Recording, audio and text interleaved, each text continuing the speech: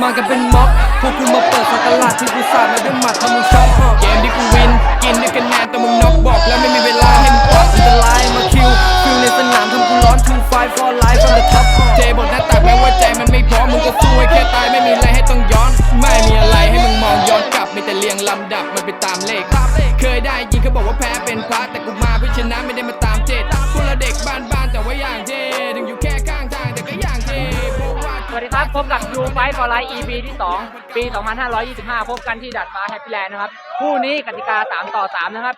เป็นคู่พิเศษคู่สุดท้ายของวันนี้นะครับมาฝั่งขวามานี่มาใกล้ๆมาจากไหนครับมาจากไหนมีนบุรีซ้ายมือมาจากไหนรอดมหาชัยจุ๊บ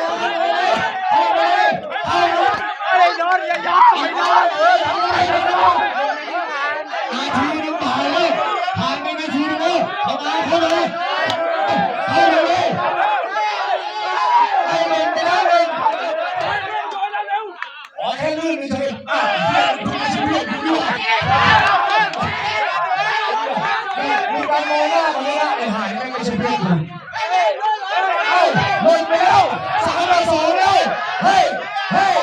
เอาเลยเฮ้ยเพื่อนโดนลุมกูบอกว่าเพื่อนโดนลุมเอาได้ไอ้เหี้ยกูบอกว่าเพื่อนโดนลุม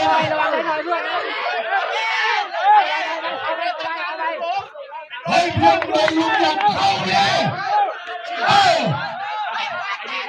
เอาไปเพื่อนโดนลุมเลย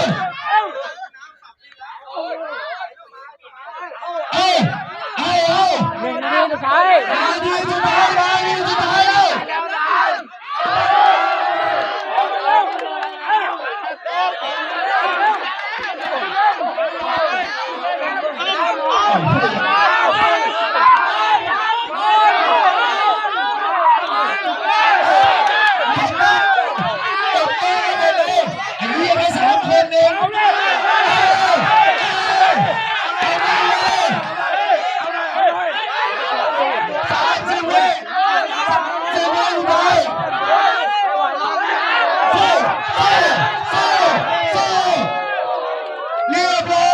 มากันเป็นม็อบพวกกูมาเปิดสักการะที่กูสาดมาด้วยหมัดทำมึงช็อกเกมที่กูวินกินด้วยคะแนนแต่มึงน็อกบอกแล้วไม่มีเวลาให้มึงพักอันตรายมาคิวฟิลในสนาม